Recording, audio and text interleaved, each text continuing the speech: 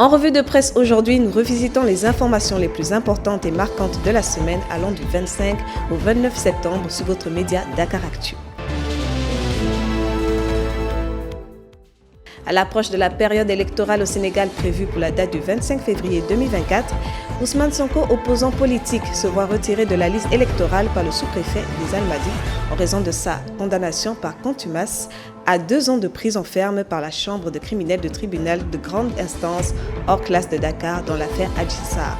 Cette nouvelle fait son apparition au moment où PASTEF, le parti politique d'Ousmane Sonko, désormais dissous par le gouvernement depuis le 31 juillet, est en récolte de parrainage. Et d'ailleurs, concernant toujours l'élection présidentielle à venir, la campagne de récolte de parrainage a débuté depuis le 27 septembre et ne durera que 2 mois, le temps nécessaire pour les candidats d'obtenir au moins 44 231 électeurs et au plus 58 975 parrains, soit 0,6 et 0,8% de fichier électoral pour ceux qui ont fait le choix de parrainage civil. Une partie des parrains doivent s'obtenir au moins 7 régions, en raison de 2000 signatures par région, souligne le quotidien. Ajoutons également que ceux qui ont fait pour choix le parrainage parlementaire, il leur est demandé 8% de nombre total de députés, soit 13 parlementaires. Pour les candidats qui vont choisir de se faire parrainer par des élus locaux, ils devront avoir la signature d'environ 120 présidents de conseils, départements ou maires.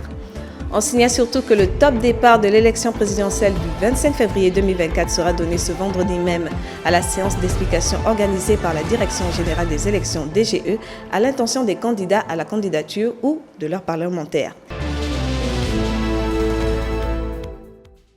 S'agissant du chef d'État au Sénégal, Macky Sall, une tournée d'adieu s'impose. Le président de la République multiplie les visites au sein des foyers religieux de Tivaouane, Adiassane, Tiénébé, jusqu'à Medina Baye, une tournée favorable pour la présentation de son successeur, le Premier ministre et candidat Amadou Ba, selon certains quotidiens.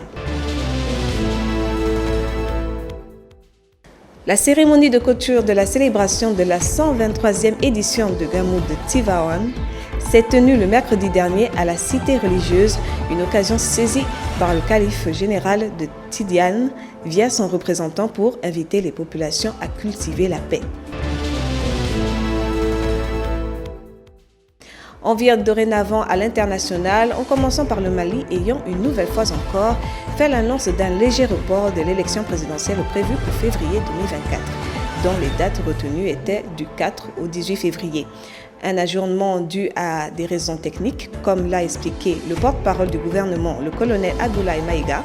Il a évoqué des facteurs tels que l'adoption d'une nouvelle constitution et la révision des listes électorales.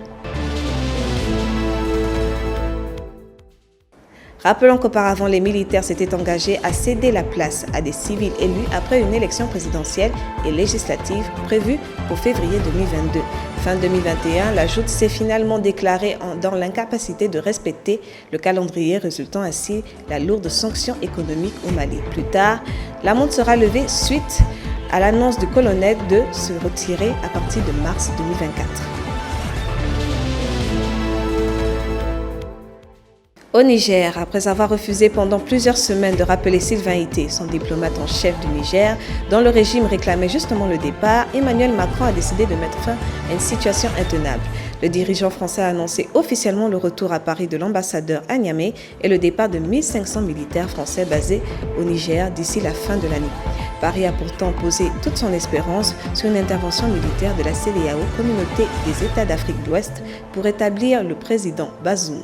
Par ailleurs, le pouvoir militaire au Niger a interdit l'espace aérien aux avions français selon un communiqué du Conseil national pour la sauvegarde de la patrie, CNSP, dirigé par le général Abdourahmane Tiani. Et au Burkina Faso, suite à la censure sur tous les supports du magazine Jeune Afrique en raison de sa publication d'un article faisant part d'une tension au sein des forces armées, l'on apprend plus tard l'échec d'une nouvelle tentative de coup d'État au soir du 26 septembre à Ouagadougou, entrepris par 4 officiers selon le ministre de la Communication et porte-parole du gouvernement burkinabé. Plus tôt dans la journée du mercredi, le président de la transition, le capitaine Ibrahim Traoré, a salué sur son compte Twitter officiel désormais appelé X la mobilisation des Burkinabés durant la nuit de mardi pour dénoncer toute perspective de nouveaux pushs dans le pays. Et pour terminer en sport, le Maroc a été désigné pour accueillir la Coupe d'Afrique des Nations CAN de 2025 après le retrait de ses concurrents dont l'Algérie, a annoncé mercredi au Caire le président de la Confédération africaine de football.